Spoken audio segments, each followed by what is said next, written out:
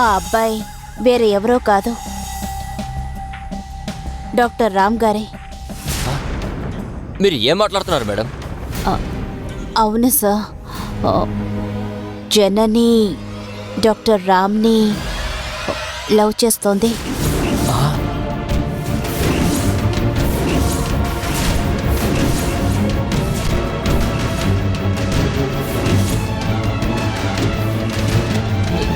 ఏంటి మేడం ఇలా అంటున్నారు?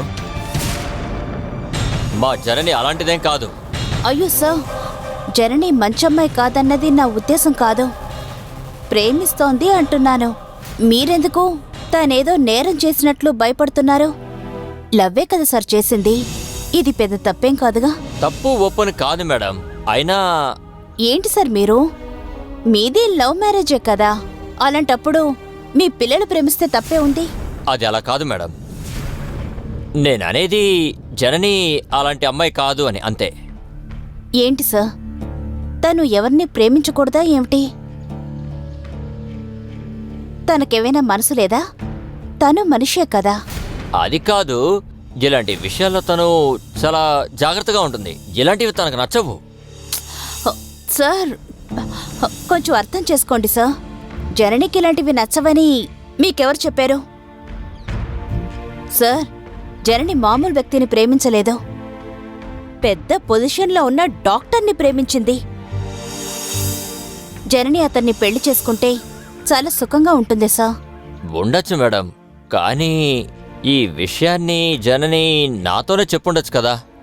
మరెందుకు చెప్పలేదు?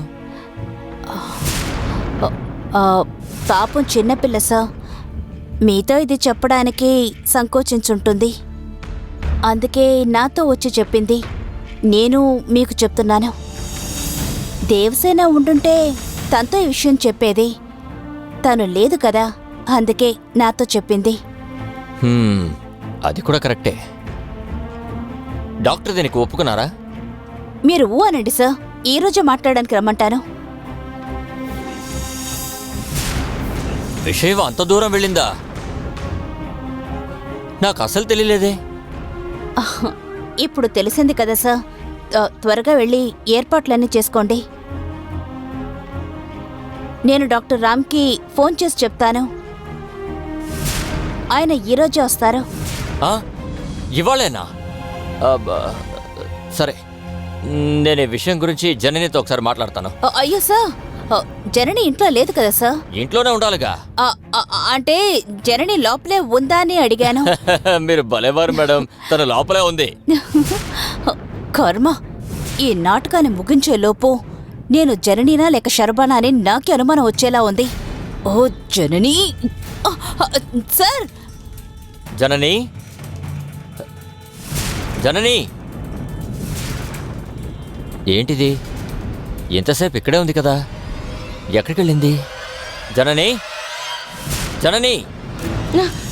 అంకుల్, ఏంటమ్మా, ఏమైంది? ఎందుకులా ఆయాసపడుతున్నావు? అది అంకుల్, పరిగెత్తుకుంటూ వచ్చాను కదా, అందుకని. ఎక్కడి నుంచి పరిగెత్తుకుంటూ వస్తున్నావమ్మా? అంత అర్జెంట్ పనే ఉంది. అదే అంకుల్, మీరు నన్ను పిలుస్తున్నారు కదా. అది సరే, కానీ ఎందుకు పిలిచారు అంకుల్? ఏంటమ్మా ఇది? నీ విషయం నాకు ఇంకొకళ్ళ ద్వారా తెలియాలా చెప్పు. నేను నీకు అంత కానివాడిని అయిపోయానా? అది అంకుల్, నాకు నా దగ్గరే మొహమాటమా?